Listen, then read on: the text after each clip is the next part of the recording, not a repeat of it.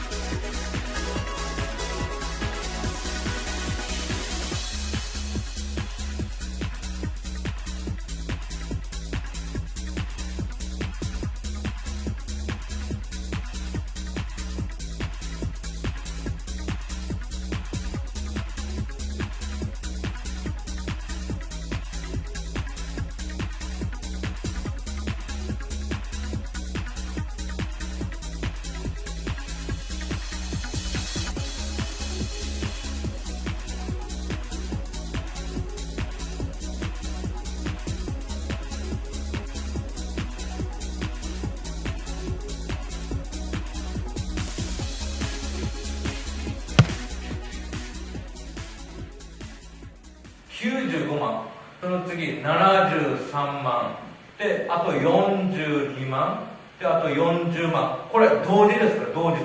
例えば100万円あった場合、この 0.1% だったら1000円ですよね。これ 1% でしたら1万円。プラマイゼロの下にいる人は絶対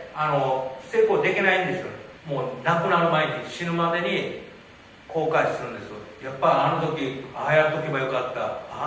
あの時こうやっとけばよかったっていう過去をね、自分の人生、過去を振り返って、過去でもずっと自分を変えていかないことには、相手が変わると思っても絶対相手は変わりませんから、安いか高いかっていうのは判断基準の一つです。もしもね、高かった場合、通常よりかも3万4万円もしくは5万6万10万円とか使ってる場合でしたら企業秘密の部分だからちょっと伝えられないんですけど、これぐらい安くなるっていうのをもう明確な数字を出せますので、その安くなった後に手数料としていただく。だから完全成功報酬なんです。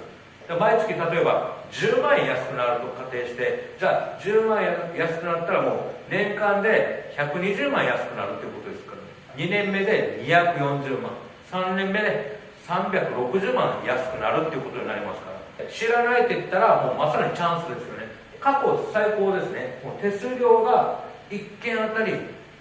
260万っていう金額が出てるんですよ。じゃあ100万円が 30% って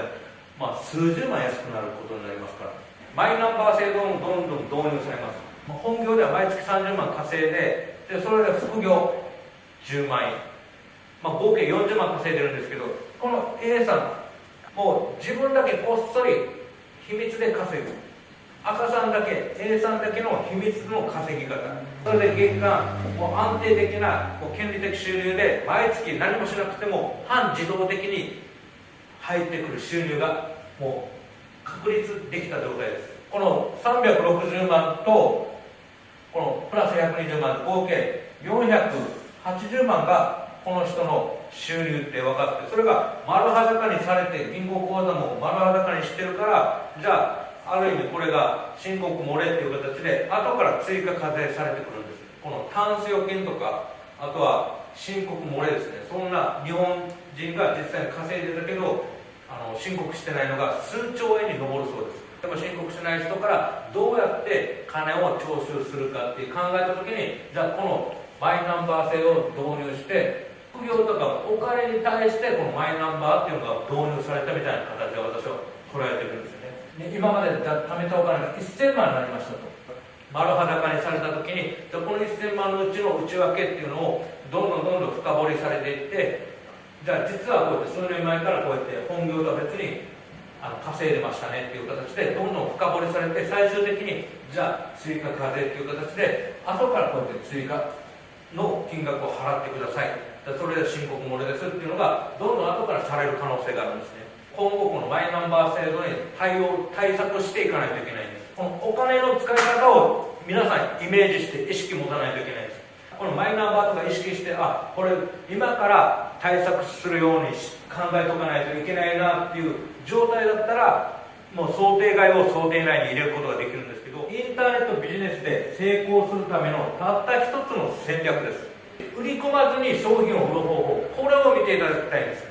5つのテンプレートがあるんですね。これが A、B、C、D、E、この5つのテンプレートにこの18個のパーツですね。この5つのテンプレートにこの18個のパーツ、それぞれのパーツを組み合わせることによって爆発的な売り上げが得られるんですね。セッション1からセッション6まで一通り全部見てください。ここは快楽を求めてないんです。ただ痛みを和らげたい、貧乏な状態からどん底になって、でどん底からどうにか頑張って失敗を乗り越えて、それで成功して、そして小さな成功から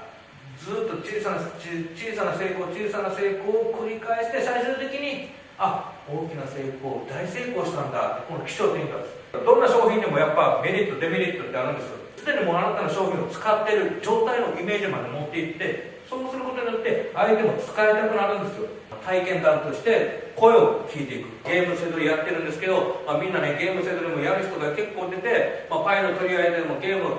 利益取れるのがもううっすら少なくなってきたんですよ。だからゲームセドリはできないんです。やっぱコンテンツイコールこの、パーツを複数重ねていって、見込み客を集めて教育をして、そこで、この商品サービスはこんなものですよ、こういった改善できますよって教育して、最終的に販売する。今満足してるけど、満足してる以上のコンテンツサービスが価値が上がってくるから、そしたらそれをもとに全然欲しいってなってくる。でそれやめない、やめさせない、やめたくないっていうのが起こってくる。他者をけなすっていうのはしたらダメなんです。次の2話、3話、4話で最終的に言ったら、もう本当にこれまさにこの売り込まずに商品を売る方法が完成するんですよ。